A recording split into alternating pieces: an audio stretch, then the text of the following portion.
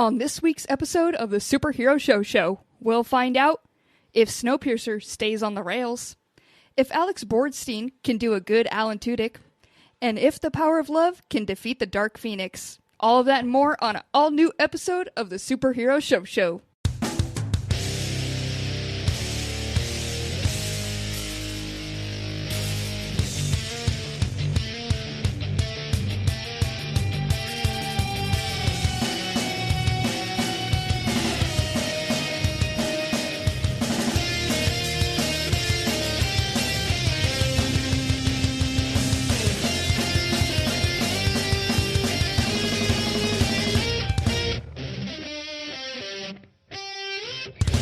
What's up, nerds? Welcome to the Superhero Show Show, the only show on the internet that reviews every single live-action television show based on a comic book or comic book property.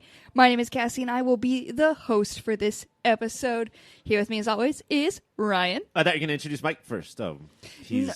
He's not here. One and done, huh? One and done. He did what us a like piece that. Of shit. He didn't even, he said, he was like, I'm not coming back next week. And I was like, what a kidder. What a joker, that guy.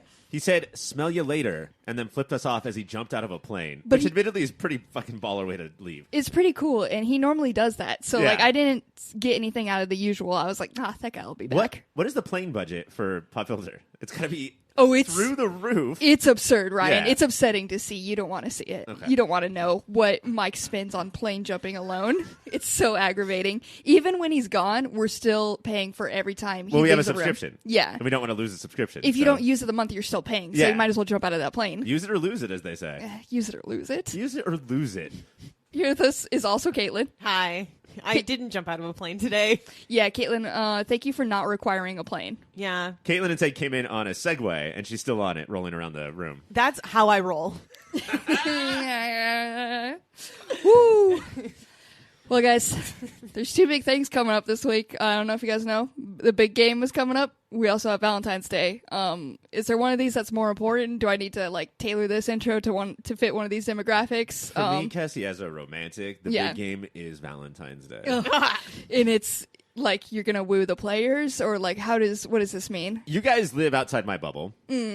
Against my request. Yes. Does anyone in your guys' world, do you guys look at the outside world and they care about the Super Bowl? Because I've never cared less, and I've never, had more, less, just downloaded into my brain about the Super Bowl. It feels like it's not even happening.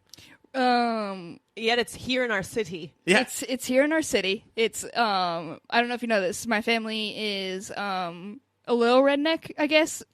A little trashy, so yeah, I have people who care about the Super Bowl a lot. Football is trashy, is what you're saying? Yeah, let me come out on this comic book. I'm sure it's going to insult so many people on this comic book podcast. If you watch football, you're trash. And I want to repeat that she said football, not Magic the Gathering. Is your family Rams fans or Bengals fans?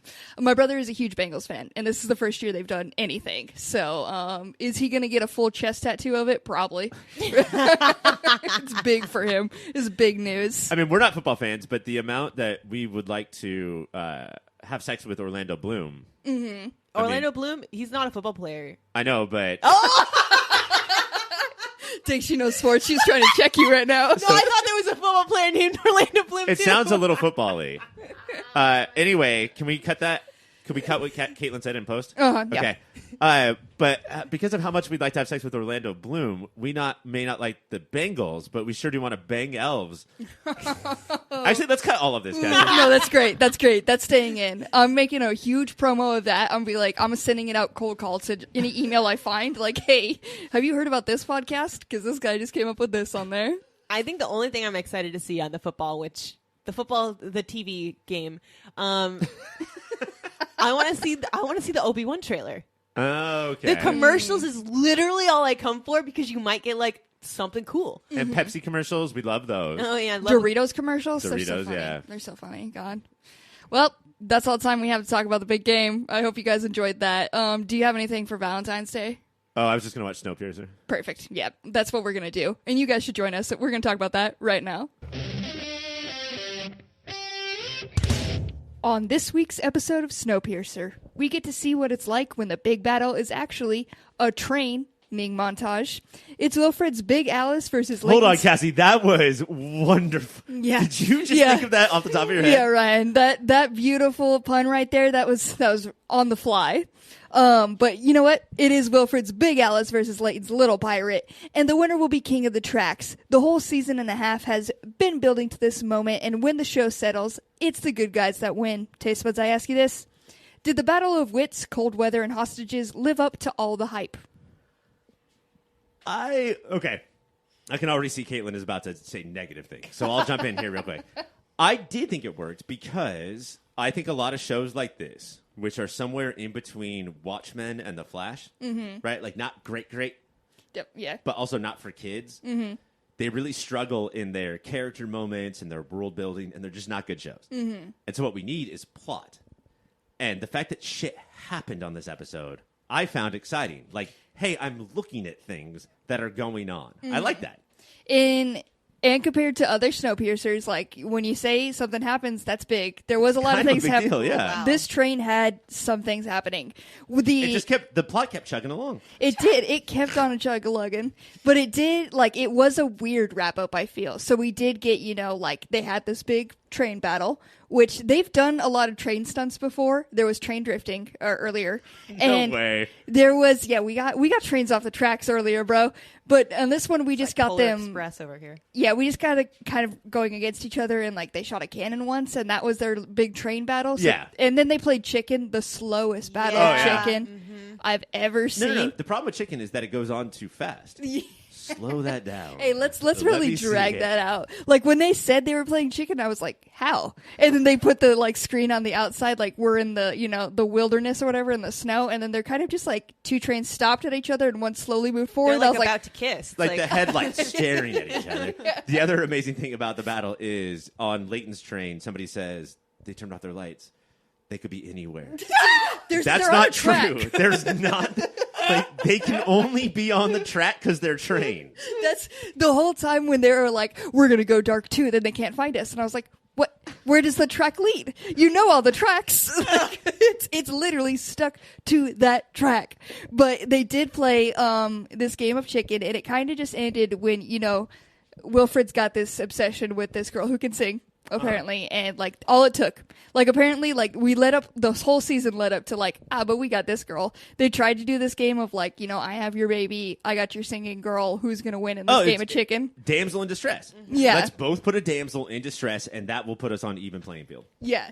And then I feel like everybody knew, so that was their big cards that they had, and it was all gonna come down to that, which is a bummer. But then also it was just everybody knows how obsessed Wilfred is with this girl. So, what was the point of this whole war when they had this girl? That's a really good question, Cassie. At what point? What is Snowpiercer doing? This is my first episode of Snowpiercer ever. And I've heard the shit you guys talk on it, and I went in with an open mind. But this is literally like Thomas the Tank Engine fanfic. Tank Engine fanfic. It's literally do. We're doing nothing. And Wilfred over here is Mr. Conductor. And why is he not wearing the hat? He should be wearing the hat. I think that's my biggest criticism is the fact that we don't have enough stripes, No stripies. hats, not No enough train whistle. There are no train whistle and no suspenders. And I think if there was more of that. That's why it's not the fanfic. If it was fanfic, we would get slow motion, the engineer talking about how train work, and we got no info on how train work. How it work? I don't Cassie, know. can you fucking settle a thing for me and Katelynn, because this has been a fight for so long, and I can't believe that you've never been brought into this. I know. I am a conductor of trains. I wear a hat and I pull a rope and I go choo choo and the trains move. Yeah. Katelynn is a conductor of orchestra. She takes her little wand and she goes like this, and the violins play. Yeah. Who is actually better for society? Okay, the conductor of an orchestra, I don't know what they do. The people know what they're playing, okay? The train... if you disappeared, the they would still orchestra would play. be fine, but so would the train, though. But sometimes the train have to stop when it doesn't know it needed to stop. You ever thought about how you got to pull brakes sometimes? Is conductor just the word for the least important part of the team? I think it is. On the train, they have to pull a lever every once in a while, apparently, to switch tracks. Because I heard them say that Yep. a lot. And They I do was have to switch tracks. I guess I'm learning about trains today. I feel switch tracks every train time I change people my love underwear. this. Excellent. Excellent. Do you feel good about that one? Cassie, what if I didn't say that? What if this podcast went without you making that comment? I would have stayed awake all night You're like, thinking I'd missed my opportunity. I would have had that good train comment. We did get... So, last time I checked in with Snowpiercer, Layton was our pure hero. Like, there wasn't a dark side to him. We did get Dark Layton in this one, where he straight up, like, he attacked the shit out of Wilfred. And was this an interesting turn for the character, Ryan? Couple of things that I want to ask you about. Do you guys see this thing in pop culture where straight white men who are supposed to be, you know, like, these people who are like, I'm going to lead society because nobody else could because I'm the straight white man. When they get the shit beat out of them, people pull off because they're not the most powerful. They're the most pitiful. Mm-hmm. And I feel like Layton pulled back. I would have beat the shit more out of Wilfred. Yeah, he did. It was like one stabby, and then Wilfred like broke as a man. He was like, that actually hurt. I can't move on anymore. And there's nothing worse than a crying straight white man, so I'm going to lay off? Yeah. Fucking pound that guy. That's right, Pound Ryan. him to dust. That's 100% right. That was a bummer. And then also to see him like, this is our big bad dude, and he got a little stabby in the hand, and then they just threw him in a cell, and he is fine in that cell. He's like, oh no, I guess I can't do anything now. There is something very specific about the stab wound too. Are they trying to say something? Because do you know who the last famous person was to get stabbed in the hand? Caesar? Jesus? It's Jesus. I mean, Caesar also, 15 friends assassinated him. All 15 of them stabbed him directly in one hand. They all aimed at the one spot.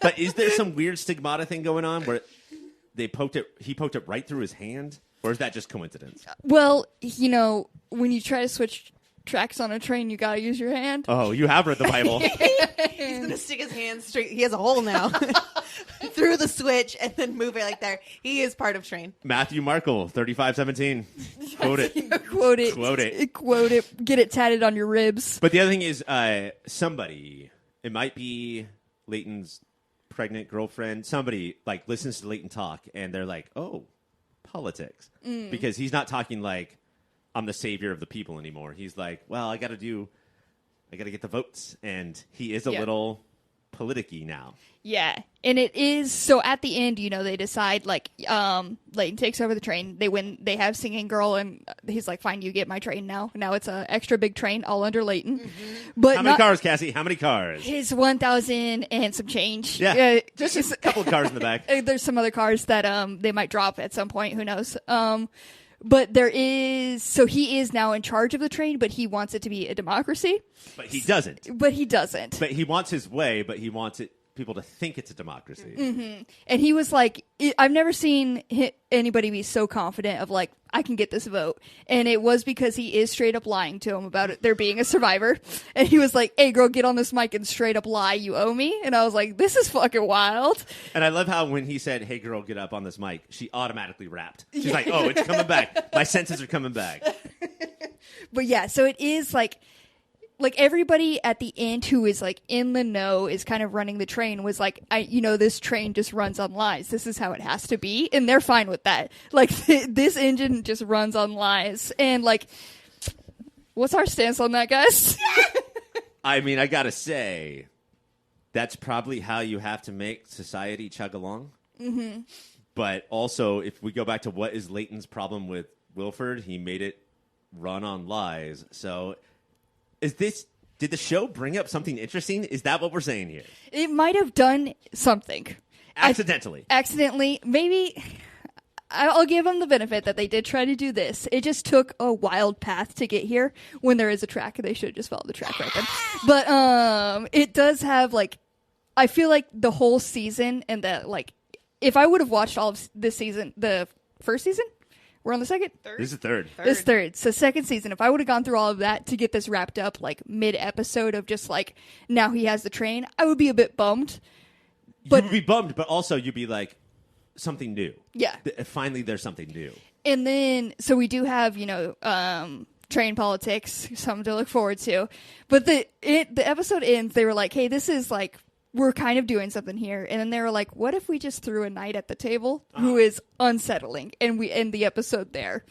I don't even know where that could go. I don't know what they're doing with this crazy knight at the end. The creepy mask thing? Creepy mask thing who was sitting at the table, like right at the end, as they're like, we're going to the Horn of Africa, and he just gets fucking pissed. But he's still sitting at a table politely. I just thought it was creepy. I don't know. Is it It was effectively creepy, right? Yeah. Is it enough to bring you back? I mean, I have a busy life, Cassie. I don't think so. I mean, Snowpiercer has always been that show of like, it's fine. Yeah. No more for me. Yeah. So I thought this episode was pretty good. But I also got to see this storyline wrap up. No sense in throwing myself into a new storyline like that. That'd be crazy. This one has a little bow on it for me, and I'll let it be. Yeah. Katelynn, we did get you hooked on Resident Alien by watching You almost said one. evil. You almost said Resident Evil. Resident Alien. We do this with Snowpiercer for you? No. Okay. No. Okay. I thought it was crazy that the whole like the fight with the trains, like the chicken and everything, it resolved so quickly and like it was weird because it felt like there was a lot of lead up to it, and then there was, like, especially after 12 episodes of battle. Yeah, because even like I could feel like that's what had happened, even though I didn't watch it. And then just to have it just be like, I don't want to give up my train, and he's like, well, I'm going to take a train. He's like, oh no, you've got my train. That's you pretty don't have much to it. watch the show. Like that is how it went down. And then you still had half the episode left after train was taken. Yeah. It was something I'm not going to watch. The other thing again. too is that at the end of the episode, Rose, The girl who was like killing people? the head, Daddy the head Stabby. stewardess comes down with a bottle of brown for Layton, and they're celebrating. And the last time I watched, they were trying to kill each other. Yeah. And on one hand, sure, that's how humanity works, right? Like, but on the other hand, like, I don't care. Like, I just you don't care. a couple things I wanted to bring up to you guys is one, the girl who is cheering for for Wilford's team. Mm-hmm. And, like, getting her boyfriend to do it. And then at the end, when it sounds like Layton's going to win, she hands one of the people an orange and then kills the guy in a suit. Yeah, her hard switch. I hate her so much. She sucks. And I don't know if it's the performance or the deep lack of integrity. Like, the resistance. Republican level integrity, but I hate her. And the other thing is Big Man died. I've heard of, like, rubber baby buggy bumpers, but he got his tongue twisted so hard that he died. And that was my favorite character. I'm so sorry for your loss. It was a rough go for him. That was a brutal scene. And they did pull away. Like, once they were like, I'll just go for the tongue. And I was like, how much of this are we going to get? Because I don't want to see And it was gross. It was gross. And then he died. And then he fucking died. And you guys know the special place in my heart for ginger, bearded, just ripped, perfect body guys. Yeah. For some weird reason. And nobody knows why. That's my that's my thing. That is all the time we have to talk about Snowpiercer, though. I do have some time to talk about a website. Katelynn, Yeah. what's a website idea you got? I have a great idea, and it is going to be a website specifically about the top of people's forehead. Okay, now when you say top of the forehead, Yeah. what portion That's of an the forehead? Irish phrase, right? Yes, it's the top of the forehead, to you. Top of the forehead. And not a lot of people know about the top of the forehead and what it really means. So I'm going to tell everyone about these foreheads that I do see while going around, and tattoos maybe that I see on these top of these foreheads. Or, Okay. just skin types on the top of the forehead. It's going to be a really great thing with pictures, and I love talking about tops of foreheads. Okay. Yeah. I mean, Cassie, I know that you have to talk about Cybersprout, but I have so many questions. Is it just tattooed tops of foreheads, or is it all types? It's all different types of foreheads. Have you guys ever noticed that the top of the forehead where like it goes up and then back? Yeah. Like We there- got those. Oh, okay. got That it. They're was on my the big website. concern. Yeah. You have those. Yeah, we got them. Don't worry. And is it like, are you trying to open up discussions about, like, is it appreciation of these, or is it like if somebody's got a hard receding hairline and you're just like, It's damn. definitely it's gonna be part like People Magazine, like discussion blog, like foreheads, you know? Yeah. Celebrity And- gossip of forehead. Yeah, it's the forehead, you know, the really real top tier top of your forehead. And yeah, it's gonna be great. I Is think it? Foreheads by heads. Is that the website? I thought it was gonna be top tier top forehead, but Top tier, top forehead. Okay. Are you going to get to rank foreheads like Wiki Feet? yes, yeah. There's Great. gonna be like the coolest foreheads too, like the cool fashionable foreheads. Oh And my then there's god! gonna No be, matter like, what, use WikiFeet as your inspiration. Like that's always the best thing to do. Ryan, it's brought me a lot of success in life, and that's how I got here today. Those people dedicated their lives to taking close-ups of celebrities' toes and making a website about it. What heroes? What absolute lords? And we're coming for them. All right, Katelynn, this is going to take the internet by storm. I feel like people didn't realize how interesting it would be to talk about foreheads. The top of people's forehead. The top of foreheads. Yeah, it's like one head though. Yeah. Cassie, you keep saying forehead. It's just the tippy top. I'm so sorry. It is just the top of the forehead. It's just a little bit of portion of it. So I'm going to send you over to my friend cybersprout.net to make you build this website. Okay, cool. They got premium hosting that is specifically built for WordPress. They handle security maintenance. Yeah, and Siri is also a big fan of them. They don't need Siri, though, because they handle their own shit. They handle backup, speed optimization. They're going to work hand in hand with you. They put a focus on collaboration. It's easy to manage. If you want to get in there, you want to put a forehead in a drag and drop template, you can do that. Wow. They let you do that. Cybersprout.net, your partner for the digital world. Coming up next, it's time for our pull list. We are back for the pull list where we talk about all the other shows we watched this week. First show starting it off is Peacemaker. In the penultimate episode of Peacemaker, some of the parade of villains catches up to Chris and the crew. We get at least one of the remaining showdowns this episode as Chris faces the White Dragon, aka his dad. His dad did the one thing he shouldn't have, punched Eagly. This inspires Chris to beat the shit out of his dad and then put a bullet in his forehead. In this episode, we get skinheads getting blown away and rude film dorks getting their asses kicked. And Taste Buds, I ask you this, is there anything wrong with watching the people you want to lose? No, I loved that we could watch like all these horrible people that we absolutely hate just get demolished and get gunned down. Katelynn, you say a lot of crazy things. Yeah. But two of those things are I don't like the KKK or Nazis, and I don't like film dorks. And we got to see them absolutely punished, and I love it too, right? Like I'm not going to argue with those points that you have made about how racists are terrible. It's just, are we just getting this perfect donut food fed to us because we're watching exactly what we want to see, which is these bullies punished. There's nothing wrong with donuts. But it's not a good dinner, though. I love donuts, and some with stronger tummies could eat it for dinner. But your tummy can't handle donuts? I have strong tummy. I can eat donut. Yeah, me too. I know, but when I was trying to speak for other people, but like I'm fine. When Cassie orders a filled donut, it's not jelly, it's chili, and that's so weird. Yeah. No, Ryan, the mixture of flakiness and then cool donut with a little warm chili in there, bliss. Yummy. Yeah. Back to there's no denying, and I feel weird saying this, but like sometimes it gets confusing as to whether or not the things we see are to make the ending more satisfying. Yeah. And I know that sounds stupid because that's what stories are. We live the story, we watch the story, hear the story to then make the ending satisfying. Yeah. But sometimes I think that James Gunn has this thing of everybody wants to see these Nazis get punched out, and so we're just going to build to that and give it to them. Yeah. And I feel like, I don't know if it's unearned, or maybe, you know what it is? It's uncomplicated. I think that he has done a really good job of, as we've talked about Peacemaker, building this nuance of who is good and who is bad. And is Chris good, is Chris bad? But then we have these KKK members who are like, oh, no, they're bad, and we should kill them. Yeah. And then we get, what's his name? Tall guy with the beard. Economos? Yeah. Coming out with an absolute machine gun and just mowing them down. Yeah. That was so satisfying to watch. And Yeah. I know Just like donuts. It's so simple, like, and yeah, it's like it's the easy route out for James Gunn, but I mean it is what I wanted to see, and it was I don't feel like there's going to be anything more complicated coming from the show or even in the next episode, because it does, you're right, it does look like we're going to tie it up with a bow at the end, and Peacemaker will be good. Then I will ask you this. Yeah.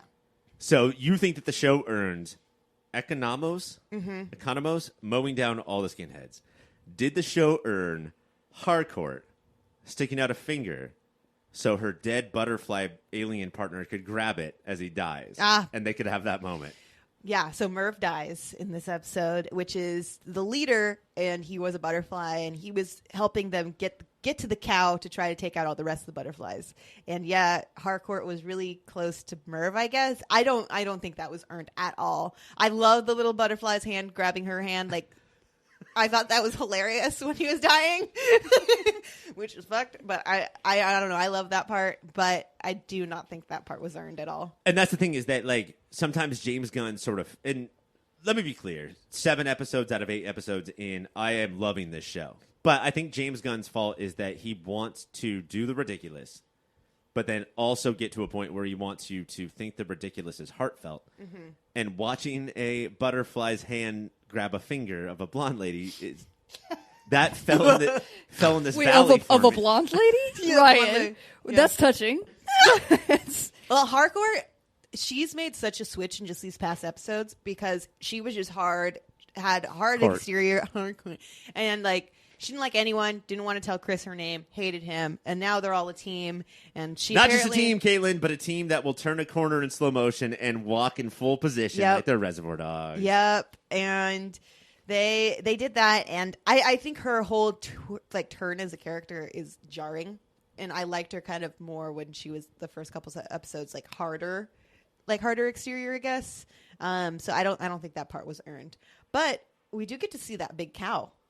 Okay, so let's talk about this. Cassie, I can't believe we should have at least sent you footage or video of this. Cassie, I want to dress up as this cow. I love this cow. Now, we do have terms butterflies. Butterflies don't look like butterflies. Does cow look like cow? Well, butterflies do kind of look like they have wings. This looks they way look less like insects. a cow Yeah. than the butterflies look like butterflies. It looks Okay. like when you have a booger and you it comes out and you stare at it. If you add legs to that and maybe some little black beady eyes, I don't like make it- this. and make it a million times bigger. I don't like this. Long before you two were born, there was a show called Futurama. Uh, And in Futurama, there was an episode where everybody's favorite soda was Slurm. And they went to the Slurm factory, and it was just like Willy Wonka, and they found out that the Slurm was actually coming out of the poop hole of a giant worm. Yeah. And it was a big worm. This cow, this is like, Cassie, if you go into something way bigger than the Batcave. Yeah. Like an underground cavern, and the cow is most of it. Mm-hmm. And it's got these black, sad eyes. And Katelynn, was it I don't like that. not enjoying its life? Like, it was, Well, all I could think of it was a slave. I felt sorry for it immediately when I saw it because I was like, oh no, you have barely enough room in here. You are all alone and you're just getting it's you know how the cows have the little thing that they attach to the teat and it just takes it out and it's okay, the cows enjoy that. This is there's they love it. They love that. They love that thing. They love it. There's goo spurting out from the side, so it doesn't even get all of it. It's oh man, they're not having a good time getting this goo out, you know? Or like the chickens who are in cages that are Yeah. somehow smaller than the chickens. Yeah. This is what it was like. And Yeah. it would scream. But it looked sad. Yeah, it was a Do- sad thing. And they have to kill it. I currently have in the search bar Peacemaker cow. Should I hit go on this? Hit Should go. I get to see Hit what go. this looks See what like? it looks like. I want to see what this looks like. There's also Eagly does get I don't like it. slapped. Yeah. Confirmed. I don't like it. It's got a singular tooth. Oh, It's wow. I didn't know old. that. I thought it was a baby because it had the singular tooth. It's got a singular tooth, and So it's a calf. it's a baby calf. It's oh my god, it's so sad to look at. I don't like it. Yeah. It's the big eyes. It's the whole Stitch, Grogu, big dark eyes. Yeah. And that makes you empathize with it. Yeah. I felt it in those dark big eyes. And Chris and Vidge are going to go kill it The whole team's going to go kill it. or free it. I think they're going to kill it. I think they have to kill it. But when they see those big black eyes, you're right, are they going to free it? It's another pet like Eagly. You can have big cow pet. Can we go back to Eagly? Yeah, getting let's talk slapped? about Eagly. I can't not talk about the fact that fucking Eagly gets punched by Daddy. Daddy in his big white power suit. Punched in chest, face, back. Full body. Yeah, it was just a Full body shot. Ooh. Yeah, Eagle gets punched and skids across the floor, and it's out for the whole rest of the But scene. it turns Chris from Chris to Hulk. Yeah. And he throws 8 KKK members off his chest and just runs to punch his dad. Yeah, Hell yeah. and beats the shit out of his dad. So Eagly then has to go to the vet's office, and the vet. The whole thing with Vigilante and the vet, should I kill them? And they're like, no, don't kill the vet people, the vet techs. And he's like, okay. And he's like, but when you bind them, though, make sure you don't do it with this tape because, like, I'm worried about, like, their skin and stuff. And duct tape is hard on their skin. It's like, you're willing to kill these people, but you're not willing to put duct tape on them. That's sort of Vigilante's character in a nutshell. My question is that if they're veterinarians and now they're part of this war that's about to be over, are they vets? Because then the veterinarians were like, "Can we join in with you guys? We're ready they to were help ready to you." go. And someone had like a gun, like was like, "Yeah, we're ready to help." And Eagly's okay, Cassie. I want to let you know that he's okay, and he ends up hugging Chris again. And Good. Autobio witnesses Chris getting hugged, and But if she didn't, Chris was firing selfies as hard as he could. He was able to grab his phone and like get like a good selfie of him and Eagly getting that good hug. I do want to ask you, Cassie, before we go. Chris's dad is taken down. He's standing there prone. Chris has a gun pointed to his dad. In any other show, because now Chris's dad is like, kill me, F-slur, pussy, all of the things. You won't do it. Yeah, you won't do it, kill me. And Chris fucking pops one right in his forehead. Hell yeah. Is that... I mean, it is satisfying, like Katelynn was talking about, right? Like, this is what we want. But is that surprising? Is that... Because most shows would be like, you don't deserve to die. Like... I don't want to be the person who kills you. Chris fucking kills him. I think Vigilante has talked enough about like how his dad's like actually a piece of shit that it might have actually gotten to Peacemaker, and he's like, maybe he is bad. Yeah. And then he finally realizes that it's not his fault that his brother's dead. It's Yes. his dad's fault, and that was a huge thing. We finally saw the footage, as if it's a found footage, like a documentary. We finally saw the footage of Chris and his brother and the brother's death, and Chris was Peacemaker. John Cena was finally able to come to terms of like, I didn't kill my brother. You killed my brother. Hell yeah. They put him in a pit and said, punch each other. Wild. Riverside. Why do they do this in Riverside? Sometimes you gotta battle harden these kids. All right, you gotta put them in a pit and let them battle. Most of the time, both make it out. Sometimes they don't. It just happens. I do want to go to moments of the week though. Caitlin, I'll start with you.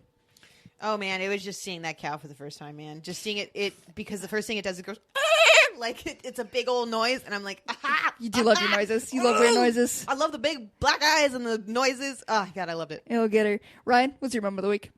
Sometimes, Cassie, we use the moment of the week to talk shit on the show. Yeah. Like, it's just supposed to be the one standout thing of the show. Yeah. And the fucking janitor from the first 5 minutes of Peacemaker gets a spot in the opening credits. Everyone gets a spot. But where is the cow? Why is the cow not in there just doing all of the arm moves with everybody else in the opening credits? Because they are inside the cow the whole time. Bam. Oh. Bam. Bam. Bam. Boom. Zoom out in the final episode. You're in the cow. All right, Peacemaker is Thursdays on the CW is what I have. HBO and Max, that's definitely not right. HBO Max. Our next show is Raising Dion. On Season 2, Episode 2, security guard Gary is going through a transformation at home, but that's not on Dion's radar right now because he's busy taking the new Crooked Man / murder child on a tour of the school, while his mom and new trainer go on a lunch date. After a date, Nicole confronts Pat, a.k.a. Past Crooked Man, and tells him to stay the F away from her and Dion. Taste, but they ask you this, is Gary the best name for a security guard, or should it be something better? It's something that rhymes with Gary. Gary. Larry works. Jerry. Barry. Steve Barry. Steve Barry. Like, as two first names? Like Steve Barry Johnson? Steve Barry Johnson, yeah. Like, if you get, like, everybody calls him Barry, and then you find SB. out... SB. SB, Steve Barry. Yeah. Oh, okay. SB. I like it. Great. Raising Dion is on Netflix. Wait, Cassie, you don't want to talk about all the stuff you watched on Raising Dion? The date happened... Wonderful job. You loved it, though, right? It was amazing? It was amazing. Yeah. Can't wait to see what continues. Is on Netflix. You should watch it with me. Our final show of the week is Resident Alien. On this week's episode of Resident Alien, the girls are gathering for an emergency GM59, which is just an excuse for the women to rage, which turns into actual rage when they all find out that they are severely underpaid and confront the mayor. Meanwhile, after getting scolded for taking advantage of a scientist that likes him, Harry duplicates her body to break into the lab and steal equipment, and also kicks her boss's ass while there. Taste, what they ask you, how did this episode handle the call for women's equality? Cringy or nailed it? Oh, Cassie. Ryan, I go to you. I love that you go to me. I am the one who's like, I would like to ask this back to you guys because this episode was heavy-handed, Yes. right? It really put it on thick that not like girls can party, and then also girls deserve to be paid as much as boys. Mm-hmm. But it did make me think about that. Like, that's sort of been the point of the entire show. Yeah. Like, aliens and octopuses and tubs and murders and Sam or Max, I'm sorry, and what's Max's friend's name? Zahar aside, this sort of has been how, like, Asta is the perfect one. Mm-hmm. Not because she's perfect, but because she sees the world how it should be. And this has been like a pro-woman show. Like the first thing that Harry does is he like goes and fucks with Asta's ex. Mm-hmm. And then it's eventually Darcy and Asta's daughter who handle the ex. Yeah. And so this is like one level up from how the show has always been. Yeah. And I don't know their decision to make it so blatant. Like, I don't know if they had this conversation of like, I don't know if people are picking up on this. Like, you know how it was like, oh, this kind of is how the show is. They were like, hey, let's really drop it on these people that this is what this show is about. And it towed the perfect line for me. I never fully rolled my eyes. And I think it's because they centered it around these women, so they gather for a party, an excuse for them all to get shit-faced. And, like, I feel like that, because it was just, like, this realistic grounding of, like, these women are here to just, like, also get fucked up and then, like, fight for equality. Like, it had this grounding of, like, they're still as rowdy as the boys. They got fucking drunk. Nobody more than the mayor's wife, who got fucked up. Like, either she's a really good actress or they literally got her shit faced. But I love these girls' night out things because everybody's talking, blah, blah, blah. Mm-hmm. What books did you read? What cactuses do you touch? I don't know what girls talk about. But when there's a lull, someone's like, my husband uses a strap-on. And that's why girls' nights sound awesome. Why is it GN59? Did they explain that? I thought they were going to explain it, and I don't think we got an explanation. Like, it's not a 69. 59. We just missed... It's a 50. I don't know. It was right there, and they didn't take it. The other thing I realized is that because of the way the show works, we have all these characters that we love. We never see them together, you know? And now we get to see them all interacting. And now Darcy is with the mayor's wife and with... Who's the girl with the hat? She thinks hats are cool, you know? Yeah, she just kind of pops up every once in a while. I don't fully know. But she's just kind of there when it's the girls' time. Or Darcy's archenemy, the... more drunken person in the town. The low budget Darcy.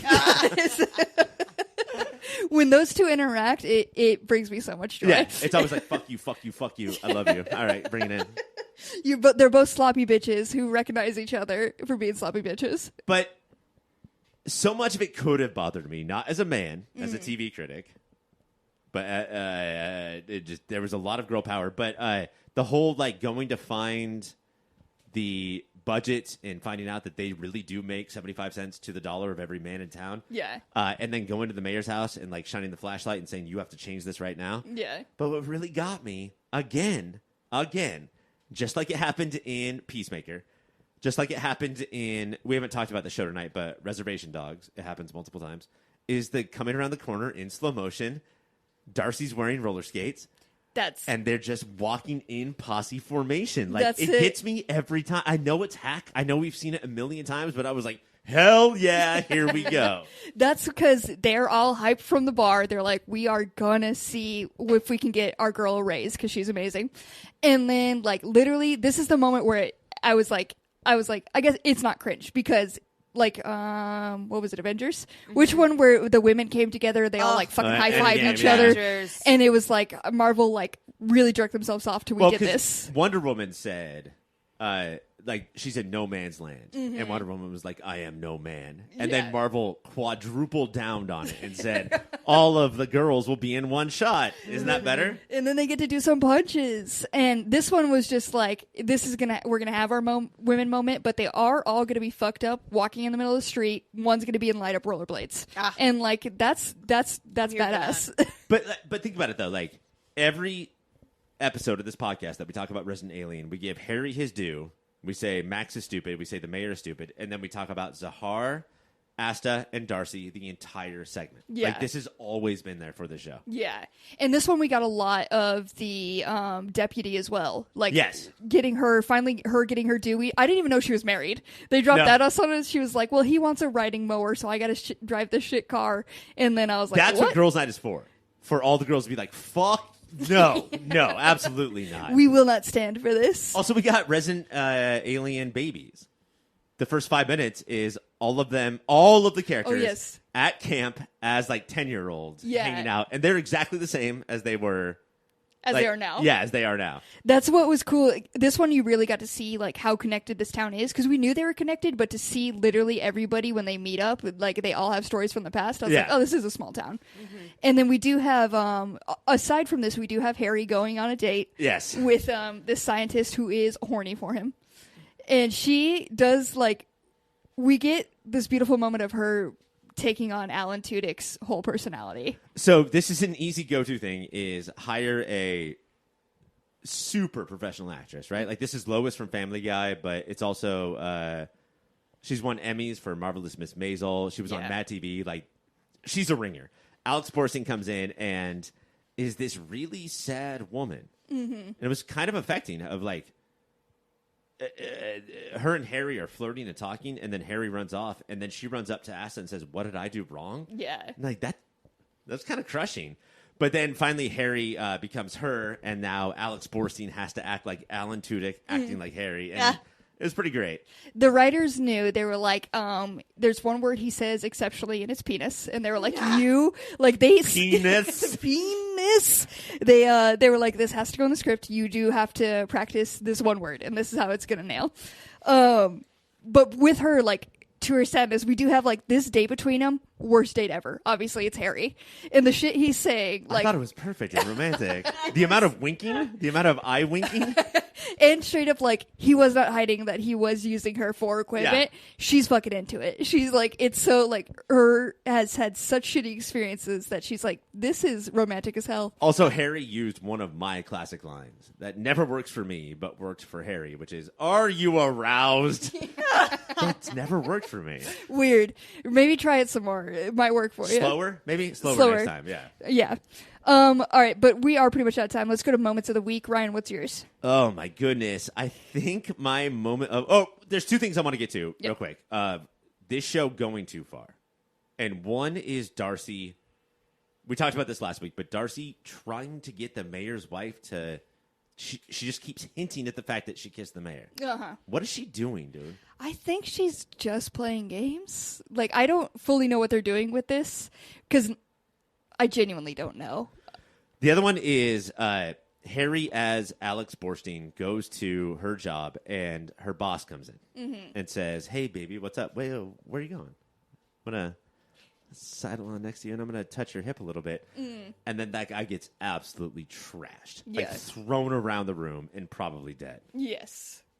Is that the answer? Is that what we should be doing to those people? If I had the strength, yeah. Yeah. Okay. How else are they going to learn, Ryan? Put them in a pit, make them fight, or throw them around. My moment of the week is the sheriff. The mayor is hanging out with the sheriff on their mandate, and the sheriff or the mayor is like, I think I should tell my wife that Darcy kissed me. The mayor's like, cool. Or you could go to one of those places that writes things on rice. You could write your confession onto a bullet. Then you could put that bullet into a gun. Then you can get the yellow pages and then put that on the side of your head. Shoot the bullet through your head. It's going to land at the D's.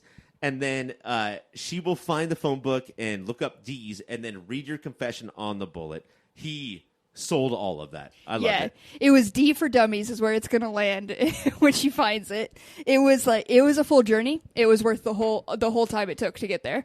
My moment of the week is going to be from Harry's date, and it is when he smells her hand, and he's like, what perfume is that? And she's like, Jergens Intense Moisturizer. I have severely dry hands. It was fantastic. Cassie, you've just been waiting your life for that person to be like, what is this smell? And then you can deliver that answer. It's thank you. It's O'Keefe's working hands for me. I do need you to know. That is all the shows we watched this week, though, which means it's now time for Extaz. Welcome to X Tasmania, bitch, a mini show within a show where we take an in-depth, episode-by-episode look at Fox's seminal and underrated early morning soap opera from the mid-90s, X-Men the animated series. On Dark Phoenix Part 3, we pick right back up where we left off. Taste buds, including our new taste bud, Parker. Hey, Hi, Parker. You want to get on mic, Parker?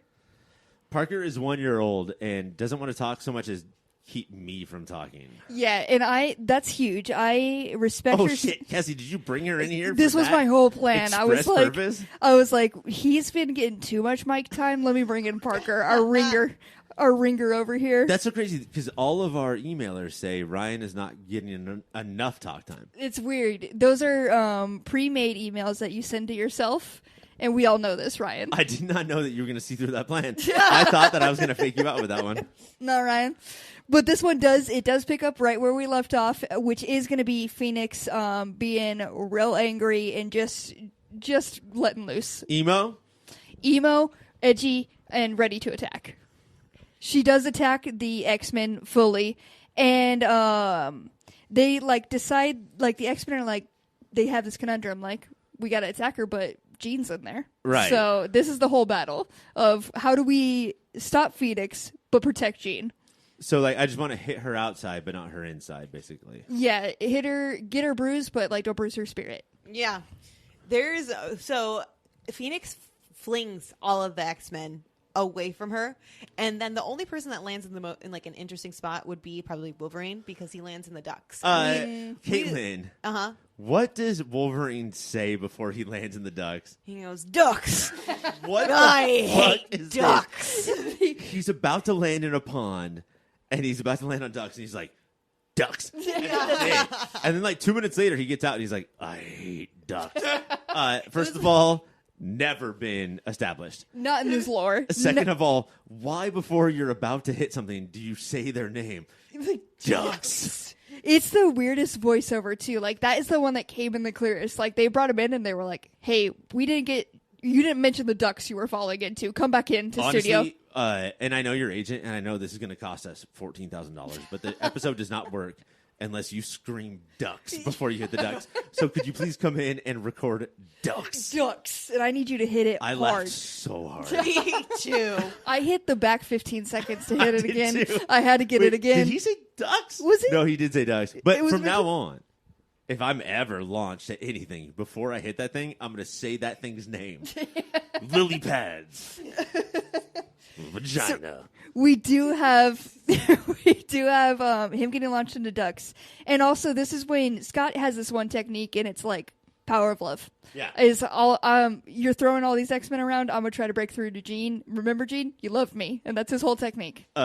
Scott Summers' iPod, what was the one? The iPod Shuffle was all 80s romantic ballads on his way to that fight. And he is ready to fight with the power of love. He straight up was like, I'm not even gonna use my powers. I have my heart, baby. That's all I need. Power of mutant? Power of fist? No. Nuh-uh. Power It's of the love. power of love. And speaking of love, did you guys notice how Gambit and Rogue were Wolverine was tossed into the ducks because Rogue decided to catch Gambit. And Gambit noticed that most of all. Gambit sure did notice that. And he's like, "She caught me instead of you." I hate Gambit. That's a pretty good Gambit resident. But I do think that if I was Rogue, I was like, oh, shit. Gambit, Wolverine, they're flying through the air. Which one should I catch? Well, I don't like Gambit, but Wolverine, right before he hits the ducks, he's going to be like, ducks. He's already said You know ducks. what? I'm going to let him fly into the ducks. Gambit's going to, or Wolverine's going to ducks. You gotta let that he's play going out. That's too to- fun. So we do get all that, and then in the midst of this battle, we do have a quick little flash. We get some Avengers and a little bit of Watcher. Yeah. Little Did peeksies you at see them. Uatu the Watcher? Yeah, bro. And we saw Strange. Strange and Thor. And classic giant buttons on his costume Thor. Yeah, just standing on top of a building. Yeah. I think they kind of got Spider-Man and him confused. They're like, I don't know, throw him on a building. I don't care. But he's spinning his hammer, and he's like, "What? What's happening?"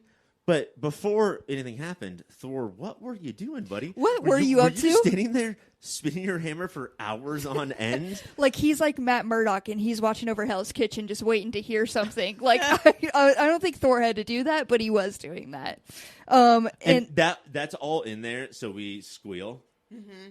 And it worked. I did. You know what? I did. The second I saw it, I was like, Thor. I was like, I don't know when they're coming in, but I'm going to lose my mind when we come back to them. We have another one later on, though, Cassie. I'm going to see if you know that one. Another one? Jean Grey, flying towards the sun, passes by somebody. We'll get there. Don't worry about it. Bet. But she does... Yes, so at this point, we do get Phoenix has fully taken over, and she's like, I'm going to fly to like another dimension of space, I guess, a deeper space. And Hopefully she goes, there's not a sun in my way. she don't care about the suns, Ryan. That's how she charges up. So she does run into, I'm going to say, the drama club of space. Yeah. These guys are extra. And they're just being nerds in space, and all of a sudden they're like, hey, something came in pretty hot. I'm going to call them the Disco Twins because they are ready to party, It's right? the Shi'ar Empire. Yeah, but not like Lalandra, the queen of the Shi'ar Empire. Yeah. This is two fucking guys who dressed like John Travolta, ready to party. And their hair. It looks like someone got scissors and like cuts little spots out of their hair. And then the same thing out of their chest. Yeah. Like their suit goes down far enough to have that same cut. And they say, and I quote, this is crazy. I hope nothing happens in space tonight. Yeah. I am having a chill time in space. I hope nobody takes out the sun near me. But yeah, so once we get introduced to them, we then cut back to our X-Men who are debriefing with Xavier. And they have to come up with a plan to save Jean Grey. And their plan, it ends up being Beast, I guess, who comes up with this, of just Mind Scrambler, of Well, course. I think it was Cyclops. I feel like that Cyclops did all of the heavy lifting with the plan, but Cassie, your fucking eyes and brain disregard everything that Scott Summers says because of your hatred. At what point was it when Scott was like, hey, I have a connection to her, let's use me? And then they were like, nah, be quiet, I'm use a Mind Scrambler. The Mind Scrambler was crazy because it was like, obviously, this is going to be our answer. I was completely lost. Were you lost when they were like talking about the Mind Scrambler? Oh, you don't listen to that deep sci-fi. You Yeah. just let those conversations go they're gonna make some wild claims about how science and space works, and you just if you put the finger longer in the jigaba, then you put the doo-doo in the pop-pop, But then you're going to be they good. were like using very simple terms. I was like, this doesn't sound like it's going to it's work. a kid's show, Caitlin. Yeah. You throw some words out there, they're like, Yeah. yeah. But I swear to God, and I quote, Cyclops said, I have an idea. This is my idea. This will work. It's a brilliant idea. And everybody was like, God damn it, Scott, you've done it again. This is why you're the leader of the X-Men. You're handsome and you're brilliant. We watched two different versions, I'm pretty sure.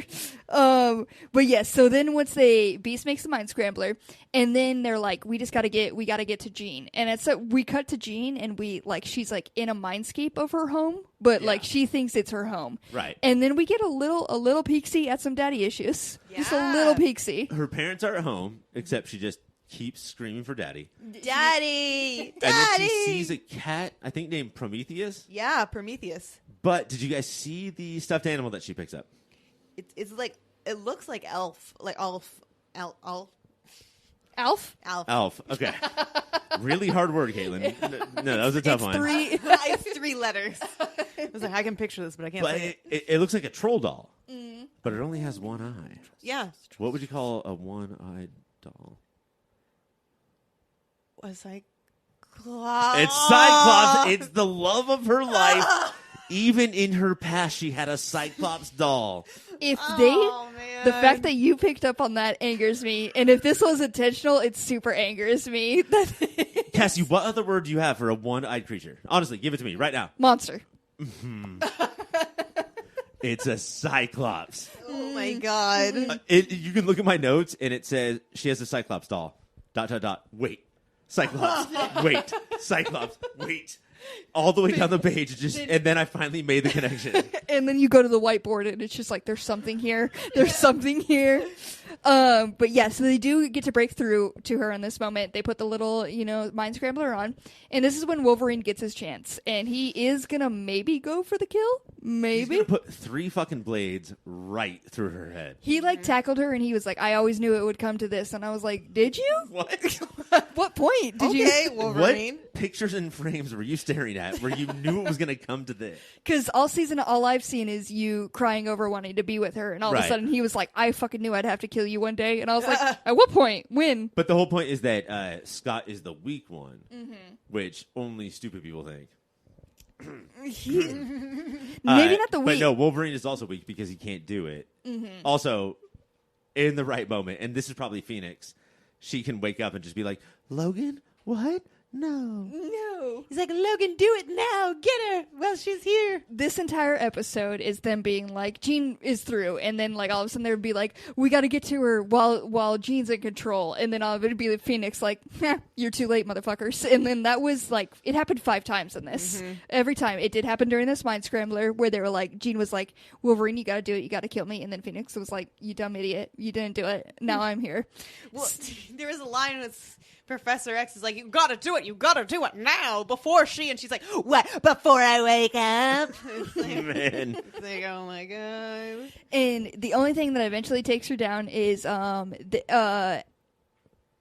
Xavier does have to go into her mind, and we get a whole mind battle. He brain blasts her. He brain blasts her, and we get I mean, there's another word for this, but continue. Is there another one? Yeah.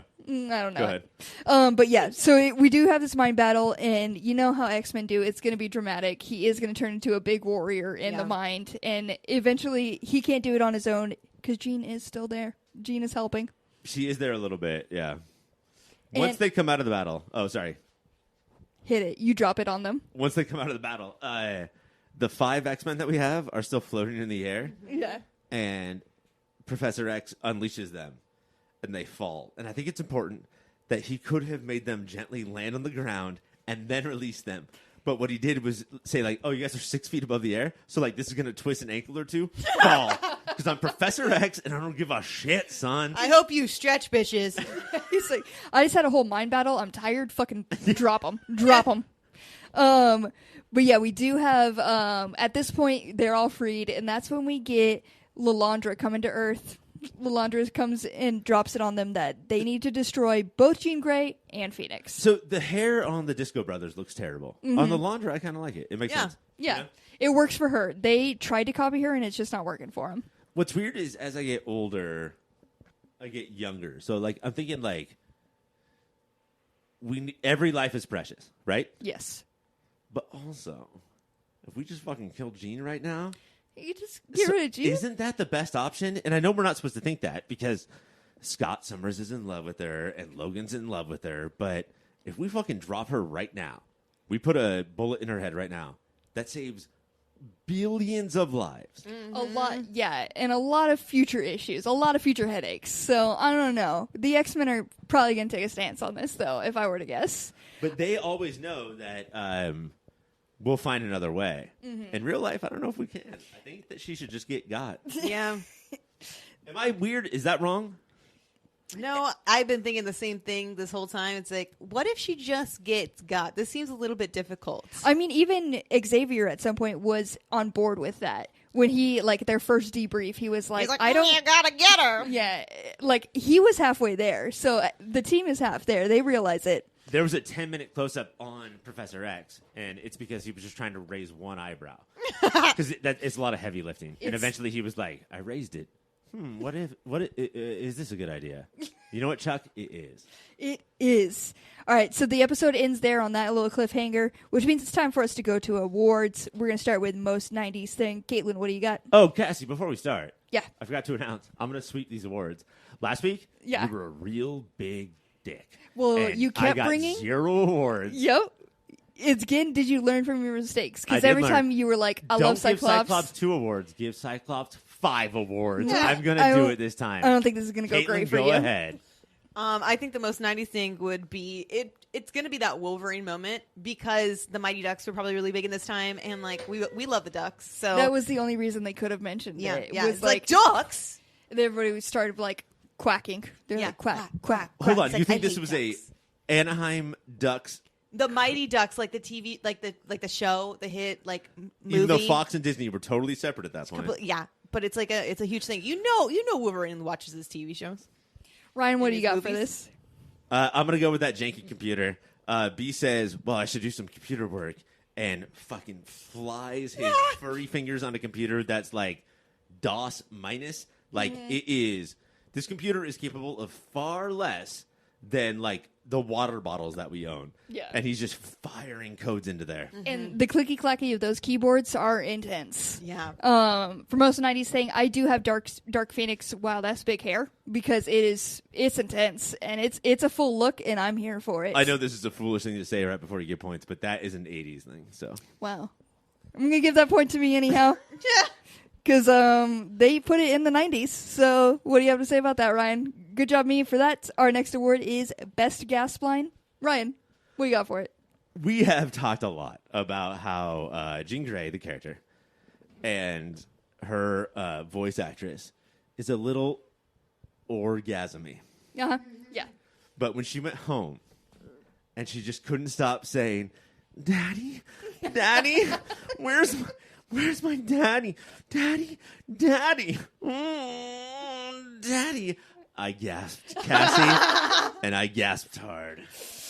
Well, Ryan's not getting a point That's this probably one. good for a point, right? Katelynn, what do you got? It was weird. It was weird. It was weird. It was weird. My best gas line, it's actually going to go to Phoenix. When Professor X and Phoenix are having, where he's like, you should kill her. And the line is, before she, and then before he could finish, she says, recovers. She And then everyone's like, ah! She had some bangers this week. She said, why does the sensation lessen when the opponent is weak? Yeah. And that's like, put that as your Tinder profile and see what you get. The amount of time she says sensation. Yeah. And like, I'm like, are we trying to be sexual here? Like, That's on the edge of all X-Men episodes. Yeah. Is the verge of sexual / can we get this past kids? yeah. Villains want to, I guess, create chaos and do evil or like make money, right? Yeah. Those are the two things. But she's like, you know what I mean? She's like, Daddy. Great. My almost Where's gasp. my dark Cassie? Hold on. Where's my dark daddy? Great. I'm glad we got that. I have two for this. The one that I'm not going to count, I just do have to mention it, is when we go to that wild ass bulky computer, there is a picture of Wolverine's blind girlfriend. I just as a saw little that. I callback. saw that. Just a little callback to like, I do still love her. And you gasped? Yeah, and I gasped, and I was like, "Oh my god, they remembered they did this." But my real gasp line is when Xavier said the strength of her mind is truly awesome. Xavier can't say the word awesome. Yeah, that's like. And then he did like a flip 180, Tony Hawk 360, and that was good skateboarding, Professor X. Pretty good skateboarding. Awesome used to be a real word that people used, and now it's just for talking about kick flips and Mountain Dew. It's fucking awesome, bro. Ryan, you're obviously not getting a point for that one, so it's going to go to Katelynn. Woo! I did say daddy a lot. You did say Did daddy. you want to think about that before you make your decision? Nope. I want to move on to best use of power. Katelynn, what do you got for it? I'm giving this to Phoenix because there's a point when Phoenix turns a tree gold for no reason. Caitlin, Ah, it's yes. Gold Tree. It's Gold Tree is the Tree. most powerful thing I've ever seen. It gets turned to gold and it like falls on top of Wolverine and it's like crushing him, and so Rogue has to pick it up. Yeah. And that's all you see of Gold Tree. I want But to it's see so people sparkly but deadly. So sparkly. and I want to see them mine this for money. I want to see them create like a jewelry Honestly, company. what is it worth? It's so big. Is it $1 trillion? Yeah, it's got to be. It's got to support me and all of my children. Professor for X sure. rolls in and he's like, not Gold Tree. There's Gold so Tree much is potential the with Gold clear Tree. answer. So Ryan, you got Gold Tree as well, Yeah, I'm Gold assuming. Tree. I do have Rogue dropping nasty ass Gambit into the lake because she was like, I can't save you, and then she was like, actually, Maybe his first bath of all time. yeah, and she was like, you a dirty boy. But you guys did come together and you got Gold Tree. Caitlin, you did say it first though, so Yeah. you're gonna go ahead and get that point. Gold Tree. Crazy. All right, let's go ahead and move on to LVP. Ryan, what do you got for it? My LVP is Professor X because he floats in, right? Mm-hmm. He floats into the situation, and he's like, "Oh fuck, what's going on?" And then he flashes back to all the times that he was trying to help Jean Grey, but created the Phoenix. And he Yeah. was like, "Oh shoot, I done did this. You And know what? actually, Professor X, everything that happens with the X-Men is your fault. It's always but your this fault. is the first time you've ever realized it. So this might be MVP, but for me it's LVP of him just being like, gosh darn it, this one is all me. He was like, "Hey, you guys, I almost created the perfect like opening for her to come," and I was like, I took this mentally unstable person, I put her in a torture chamber, and I fucking just shocked her until she wanted to do what I wanted to do. I think this is my fault. "This might be my bad, you guys. My bad. be. This is might on be. me. You know what? I'm buying pictures tonight. This is on me. This is on me. I'm sorry, guys. Caitlin, what do you got? I have Beast as the LVP because like He made a mind scrambler. He made a mind scrambler with the CAD cam system. But he also gets knocked the fuck out immediately. He gets knocked out. always- He literally does nothing. He Does gets not knocked spit a out. person on his legs. No. His little mind thing that he makes, Phoenix dissolves within seconds. Oh, it I love that, literally by the way. does When nothing. half an episode is dedicated to creating this contraption. Yeah. And 1 second later, Phoenix is like, no. No. And it you thought. melts in her hands. She was like, you thought. It's like the reverse Eminem. Wait, reverse Eminem? Eminem. Nope. For LVP, I do have. There was somebody who did even less than a fight, and that's Gambit. All he did was say a pervy line, and then didn't do anything to help No, the fight. he's the one who put the thing on Phoenix, though. But it didn't do anything. It didn't do anything. It didn't do anything. She thought it was Daddy when he came. So. Hate that. Hate that very much. Ryan, even though you are doing this, I am going to give that point to you. That's testament to how good of what you brought was. Let's go to move where's on. my waffles? Absolutely not. We're going to move on to MVP. Ryan? Bring it, Cassie. You know what it is. No one had a plan until Cyclops came up. He was like, I have an idea. Here's what it is. Professor X is like, well, I'm a stupid shit, but I'll help you. Beast is like, I'm fucking dumber than Cyclops and way worth less. I'll fucking help you. And Cyclops is like, I will let you help me because that's the way the job gets done because of teamwork because I'm the leader. But just so everybody knows, I came up with the idea. I'm Cyclops. I'm the MVP. This is not a cold winter. This is not a dumb spring. This is a hot summers, a Scott Summers, and Cyclops is the MVP. How much did you rehearse that? Do you just say that to yourself every night? Oh, I rehearsed it enough where you're going to hear that at the end of every podcast for like the next 6 months. But did he do anything? Every time he was like, the power of level breakthrough. I don't remember him saying I have this idea. Because you block him out. Well, we'll have to review the tapes on that if you're right or not. Caitlin, what do you got? I have Jean Grey for her big old strong mind and for And hair. for fighting with Phoenix and being able to break through every once in a while. Without her, Professor X said it. Why did be she lost break to through? Phoenix. To talk to Scott. To talk to Scott. But I mean, you can't give all the credit to Scott for Jean's powerfulness. Just like a man wanting to give the power to another man when the woman's doing all the work. Yeah, she's doing it all. MVP, I do have Rogue just for the line, what is this, catching X-Men Day? MVP. That was good. She did That it was like good. 4 times. She did have to And catch she all does of them. it in every episode. She does it 4 times, but this is the first time where she was like, what is my What job is here? it? This is getting a little crazy. A lot of X-Men to catch. Ryan, you know you're not getting that point. Come on. Scott Summers, though, Cassie. No, Scott Summers didn't do anything. He was just like, I'm so great. I know my level breakthrough for her because I'm the greatest thing, and she's going to recognize that. This shit And is rigged. Women own the earth, and it must stop. Get used to it, Ryan. So me and you came up with a tie with 1 point each, Ryan, which leaves 3 whole points going to Katelynn. Katelynn wins this X-Chance. On that big, huge bomb drop, it's time to end the show. Ryan, can you tell me about websites? Yes. Here's some websites. YourPopFilter.com is our home base. That's where you can find every podcast that we do, every article that we've written. I have written 6 or 7 articles about the greatness of Scott Summers. Nobody's going to pay for that. Each one better than... No, you don't have to pay for it. It's all free. Oh, okay. You have to pay with your time of reading it and also get educated and also be smarter than you were before. I'm sorry. Well. Any other websites? Patreon.com/YourPopFilter is how you can help us out a little bit more than you are right now. Figure out a tier. And I think right now the best one is $5 tier. Because that's the one where we make more than $1. I like that. That's good. That's a good tier. But you're not paying too much. YourPopFilter.com/Amazon is the link where if you make that your Amazon bookmark, you will help us out and you will help Amazon out less. Even if you don't want to help us out, don't you want to help Amazon out less? Just a little less. Caitlin, can you tell us about the other shows? Yeah, there's some other great shows like Movie of the Year, where right now we're going through the best ofs. Best of the Year is the Booties, including the album, TV comedy, TV drama. It's real good stuff. And even the Cody, where everyone gets drunk and talks about everything that happened during the year. Caitlin, so far. Uh-huh. And this is what, like your 4th booty? Think so. I think maybe. Do you think that you are helping or hurting? Hurting. I want to say hurting. Really? On the inside of my heart. Because it's hard to make decisions, right? Yeah. Also, I have heartburn.